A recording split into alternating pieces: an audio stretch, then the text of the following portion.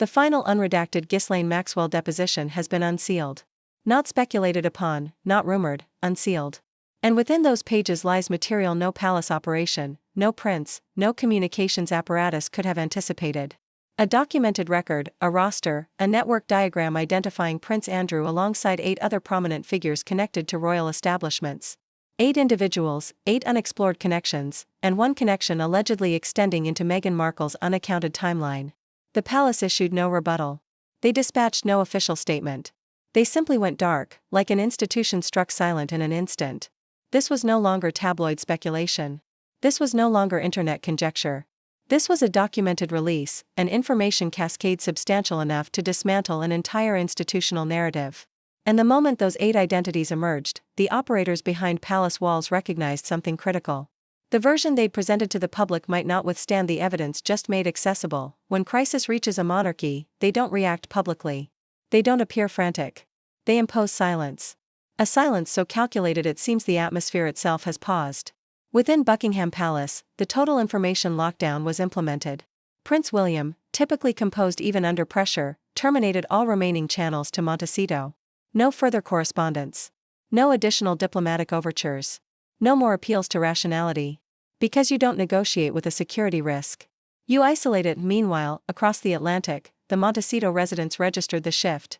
Harry moved restlessly like someone watching his reality disintegrate piece by piece. For years, he'd maintained he had protected a woman misjudged by the establishment. He'd maintained he was shielding a partner from an unforgiving institution. But now, as media coverage edged toward one particular term, trafficking, something fundamental fractured. Because the question was no longer, why did the palace oppose her?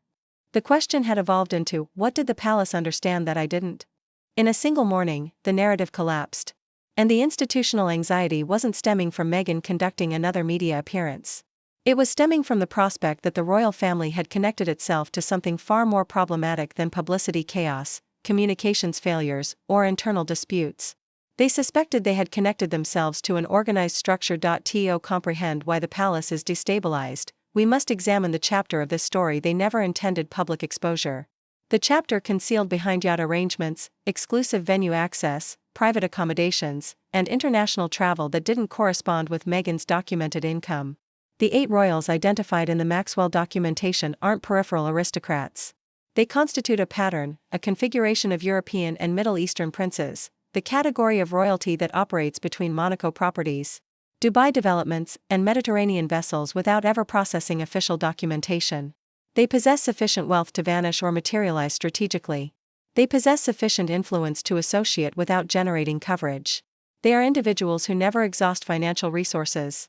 Only protected information, and during Meghan's unaccounted period, the obscured years spanning 2013 to 2016, her documented presence overlapped with the precise locations this network frequented. Istanbul, Phuket, St. Bart's, the French Riviera, the yacht circuits where verification standards dissolve and privacy regulations become negotiable. The mainstream narrative positioned her as simply an aspiring actress. The documentary record suggests something different. A woman appearing in elite environments she couldn't finance, wearing accessories she couldn't purchase, photographed alongside individuals she shouldn't have accessed, and then there was Soho House, characterized in the documentation not as a members' club, but as an intermediary structure, a screening mechanism where the ambitious encountered the inaccessible, where individuals weren't discovered, but evaluated. Every data point on this map indicates one assessment. Meghan's trajectory didn't follow entertainment industry patterns. It followed network patterns. And if even one of the 8 royal identities intersects with her movements even once, the monarchy isn't managing a communications scandal. They're managing a security breach. A breach that originated years before Harry ever entered the setting where she presented herself as simply someone from Los Angeles, before the royal wedding. Before international recognition, Meghan circulated through a series of locations that didn't correspond with her financial position. Istanbul, Phuket, St. Bart's, discrete destinations where concentrated wealth operated without visibility and regulatory frameworks became flexible. These weren't vacation destinations for a television actress on moderate compensation. These were operational centers, locations where people arrived as outsiders and departed with associations they never disclosed, and through every questionable threshold she crossed, one individual surfaced repeatedly. Marcus. He wasn't her associate. He wasn't her relation. He was something else entirely. the access coordinator to a system most people never observe. And then there was Soho House. Marketed as a creative professionals venue, but functioning like a sophisticated filter. A location where access wasn't achieved, it was conferred. A location where the promising were refined and the well-positioned were connected to the even more influential. Marcus controlled the arrangements. Marcus facilitated the undisclosed meetings. Marcus accompanied her in vehicles long before she accompanied a prince. These weren't random occurrences. They were strategic placements. In the missing years, the unclear timeline between 2013 and 2016 suddenly appears less like casual travel and more like strategic positioning. Discreet cultivation, deliberate placement, a framework established long before Harry ever appeared in the scenario. Financial records can be obscured. Communication devices can be destroyed. Travel documentation can be modified. But certain elements resist elimination. Especially the elements that reflect light. Meghan's lifestyle before royal connection didn't calculate financially. Not the accommodations, not the vessels, not the premium travel miles. Someone was covering the expenses, and the evidence points toward an unusual form of compensation. One that doesn't originate from financial institutions, but from luxury goods dealers. The Chopard earrings became the most revealing indicator. A pair so exclusive, so valuable, they practically illuminate their own provenance. They appeared, disappeared, and reappeared at moments that never corresponded with the official account. Initially, they were loaned, then gifted. Then the explanation shifted again. Why? Because diamonds maintain their evidence, their provenance adheres to them like identification markers. Photographic evidence suggests Meghan may have worn them prior to the alleged gift date, prompting an uncomfortable question.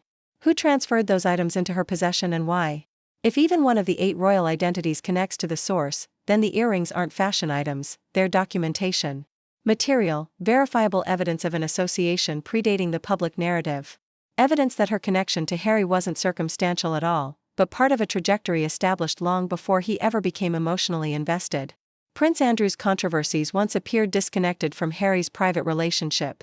2 distinct situations, 2 distinct branches of the same institution, but the timelines begin to intersect in troubling ways. Andrew once corresponded with Ghislaine Maxwell requesting inappropriate contacts for a weekend event, something the public has already documented. For years, observers treated this as Andrew's isolated failure. But what occurs when the network he accessed overlaps with the environments Meghan frequented during her unaccounted period? Suddenly, Meghan's statement on national television that she barely recognized who Andrew was begins to destabilize. How could she operate within his social sphere without knowing the individual who essentially inhabited it? And then emerges the suggestion of a briefing document, the confidential report William allegedly examined when Harry announced his intention to marry her. A report containing movement patterns, venue access, jewelry provenance, and identities that made William advise his brother, "Don't accelerate this." It wasn't class prejudice. It wasn't sibling rivalry. It was a caution delivered in institutional composure. A caution Harry declined to acknowledge. Whenever controversy approached Meghan, something predictable occurred. An obscured photograph of Archie. A headline regarding Lilibet's designation. A family image released at the strategically optimal moment. The children were consistently protective barriers. Small demonstrations of innocence deployed to redirect attention, but now, the situation has transformed. Because this isn't about public perception anymore. It's about the succession framework. The protocols of royalty are more established than the institutions themselves. One protocol is paramount: a royal child must be born of the body. If not, the titles, the status, the historical position, all of it dissolves immediately. For years, questions circulated discreetly. Why were the photographs always distanced? Why were the birth particulars secured more strictly than classified information? Why was everything surrounding the children unclear, concealed, inaccessible? Now those questions resonate more forcefully because a monarchy under pressure becomes a monarchy that requires verification. A monarchy that examines everything. Even the matters no one ever anticipated would be scrutinized. If the facts don't correspond with the narrative, the titles are revoked. If Meghan declines to comply, the refusal becomes the confirmation. She understands what's at risk. Not just standing, but the very position her children occupy in the royal structure. The only leverage she has remaining.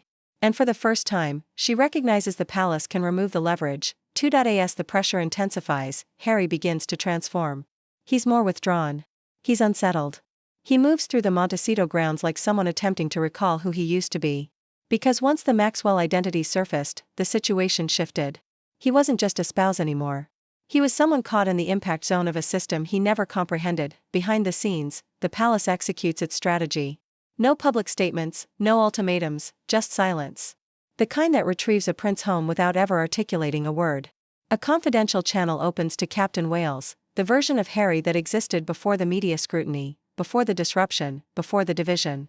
A secure location is established. A discreet property far from media presence, far from Los Angeles exposure, far from the influence that has directed him for years. The strategy is straightforward. Harry travels independently for family matters. He arrives in the UK, and once he's within British legal jurisdiction, the access closes. The divorce proceedings aren't initiated in California. They're initiated in London under legal frameworks Meghan can't manipulate. She won't be consulted. She won't negotiate the conditions. She'll learn of it the way a Hollywood actress learns she didn't secure the role, through a notification delivered to the entrance, and just like that, the retrieval commences. A prince extracted from the aftermath of a situation he never knew was developing around him. The day the retrieval is finalized, Meghan reaches for the only instrument she has remaining. The thread of journals, confidential information, and accounts she believes the world will compensate to hear. But when she contacts the networks, the environment has already shifted. No one responds. No one compensates. No one risks positioning themselves beside an identity now associated by 8 others on a document that history will never disregard. The commercial partnerships disappear. The publishing houses withdraw. Her invitations dissolve like ink in the sun. For the first time, she's not influential. She's simply circumvented.